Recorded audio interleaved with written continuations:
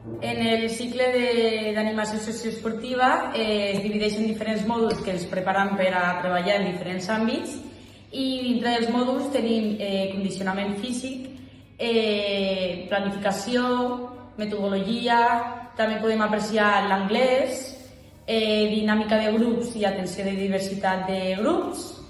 esports col·lectius i esports d'implements.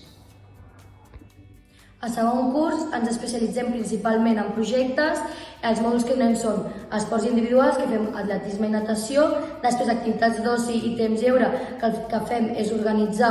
events per a diferents col·lectius, jocs per l'animació, que el que fem és dinamitzar amb grups utilitzant jocs i activitats lúdiques, i per últim projectes, que el que fem és crear des del principi un projecte, també el donem a terme i que el que fem és utilitzar l'animació i l'esport per demostrar també el que hem après durant tot l'any.